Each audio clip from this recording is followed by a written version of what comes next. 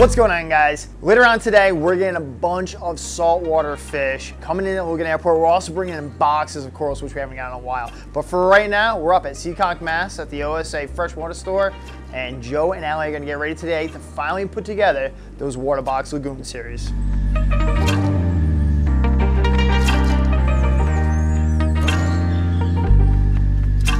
Today is a big day. Scott, are you excited? I'm pumped up. This is finally happening. Scott's got his donkeys, and today we are getting the last two Waterbox 145 frag tanks up and running. We got all the plumbing kits, the sumps, and everything. We're still missing a few doors, but besides the point, this took forever. This is like a project going on like 2 months. We had the first two tanks set up. We had issues with parts from Waterbox. They came through like superheroes, got everything sent out to us, and now it's my job to finish the task and get everything running today so that we can have this amazing display of maybe African or South American. We haven't decided yet. We like to change our mind a lot. I had the idea of do like a different lake, do like Tanganyika, Malawi, Victoria, and kind of mix it up. But I don't know yet. We could do South American. We could do all types of geos, maybe goldfish, I don't know. We're definitely not gonna do koi up here. Koi will stay at Coventry. Just wasn't that big of a hit, so. Anyway, let's get into this and show you how to set up a Waterbox 145 frag and do some plumbing. Dude, you don't even have to worry about lifting this. I got a whole system to this. Do you? Oh yeah.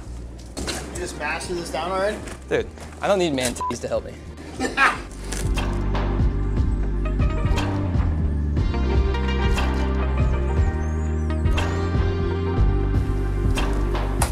All right, now we got the sump uncrated and installed. You're always interrupting me. This can be done by yourself. It goes real fast and easy if you got two people to do the Waterbox plumbing, but they made plumbing a joke. Seriously. No PVC glue, no experience, no cutters. You just put it all together. It's all ready for you, and you just tighten a couple bulkheads. That's it. It's that simple. There's three main pieces to the Waterbox plumbing kit in the actual overflow box itself. You have your main drain, which is the little short one with the grate. You have your emergency overflow and silencing drain, and then you have the return. We're going to install each of these right now on the Waterbox. I'm going to start here with the emergency overflow, and that goes to the far left if you're looking at the aquarium. If you're from the back of the aquarium, which you probably won't be because it's going to be against your wall, it'll be the right. But we're going to start with that there. Make sure your O-rings are in place. So on the emergency drain, it's a threaded fitting. I'm pulling pressure down, and it's a hand tight. So for the main drain, I took the piece of the union off and actually screwed it from the underside into the, I don't know, what would you call that? The nipple thread that fits into the union on the main drain was installed into the standpipe from in between the glass to make a seal. And on the 145 Frag Series, both drain pipes come pre-disassembled here to actually get them to fit into the sump. And there's no glue required here, just a tight fitting because they drain directly over the sump. And this is your silencing valve here. I like to start with it all the way open. You can probably see my eyeball there. So this is the base, that nipple thread that's threaded into the top standpipe. And then the union's just going to thread here, make sure the O-ring's in place. We're going to thread that in.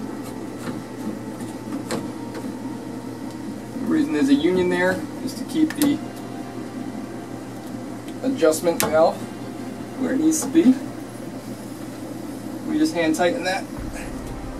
Should be good.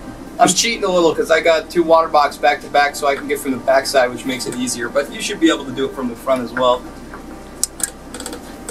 You just lightly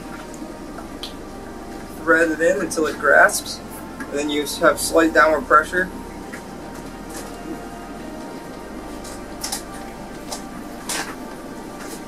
Keep the standpipe straight, and again, if you have somebody to help you, You just have someone like Scott Crow or anybody else besides him hold the top straight. So you get a hand tight. Just thread this part here. Make sure we're not going to be using the accessory attachment on the water box. We don't have any use for it, we're just using this for Cichlid. So we'll make sure that this is plugged and closed, and then we'll be able to install the return pumps. Just like that. I'm gonna go get me just a cup of hot water from Cumbies. You just go where they like, you know, you make your own coffee. I spill that on myself. You just go to the tea machine that gives you the espressos and stuff.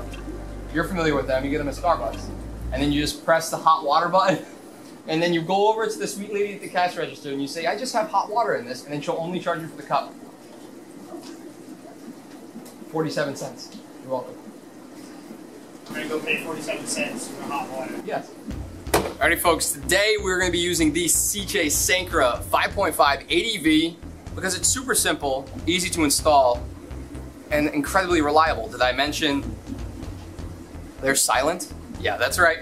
5-year warranty, 3 standard out of the box, 2 years with a registration. Any of the Sanker return pump lines come equipped to either run wet or dry with flexible hosing or rigid PVC. So there's quite the options for your Sankra to be installed, whether you want to do some hard plumbing or if you're going to do it in a water box and use some soft tubing. Sicce's got you covered.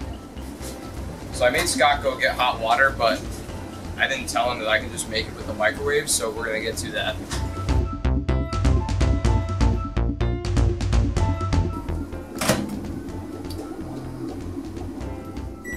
Beverage. That should be enough. Setting up your Sicce pump, you're going to get this standard nipple that's got various sizes on it. And there's a couple ways that you can install the O-rings here. You're going to put one on the base there, and it threads into this little coupling piece here until it's snug. And then you take the nipple and you thread it into the, whatever you would call that. And it goes on the pump just like that. And then we take the hose, self-explanatory after that. Then we're going to be using the clamps that come with the Waterbox kit. We're pre-installing them on the hose, so they're there, and don't forget, we're just going to let the ends, probably about 1 inch or maybe 2 inches, soak in the warm water for 30 seconds to a minute, or as long as I get sidetracked for.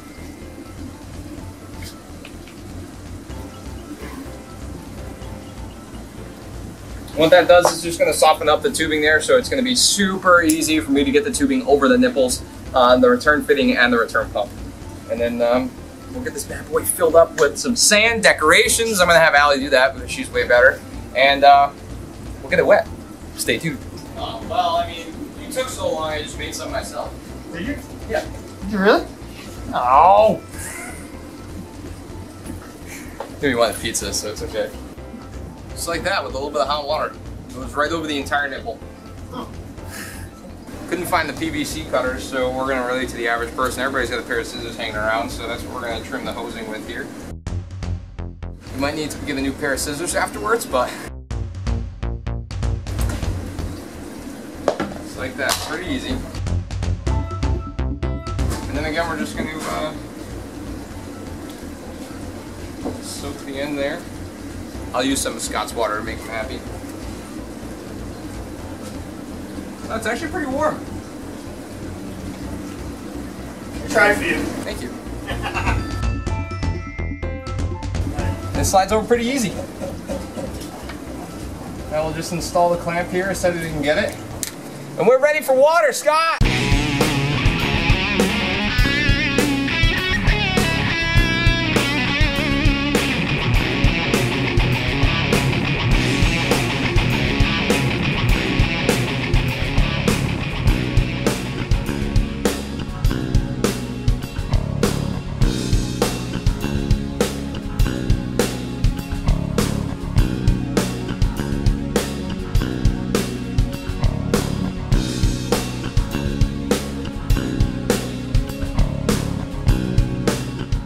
thing about aquascaping is you have to go back and forth a few times before you get it right. Let me tell you something, guys. Always let the women decorate. They do a way better job. Anyway, we're closing up shop today, guys. Well, we're still open, but we're finishing up the video with, we got some water in the tank. We got the tank wet. In about 2 weeks, it's gonna look like this tank here. We're gonna get the AIs. We got a whole shipment, like a big old shipment of AI primes that are gonna go over these 2 tanks here, and eventually we're gonna have some different types of South American or Central American cichlids for you guys to come take a look at and pick out. And thank you again so much for watching another episode of OSA Aquatics TV, and we'll see you next time. Keep it safe, keep it fresh.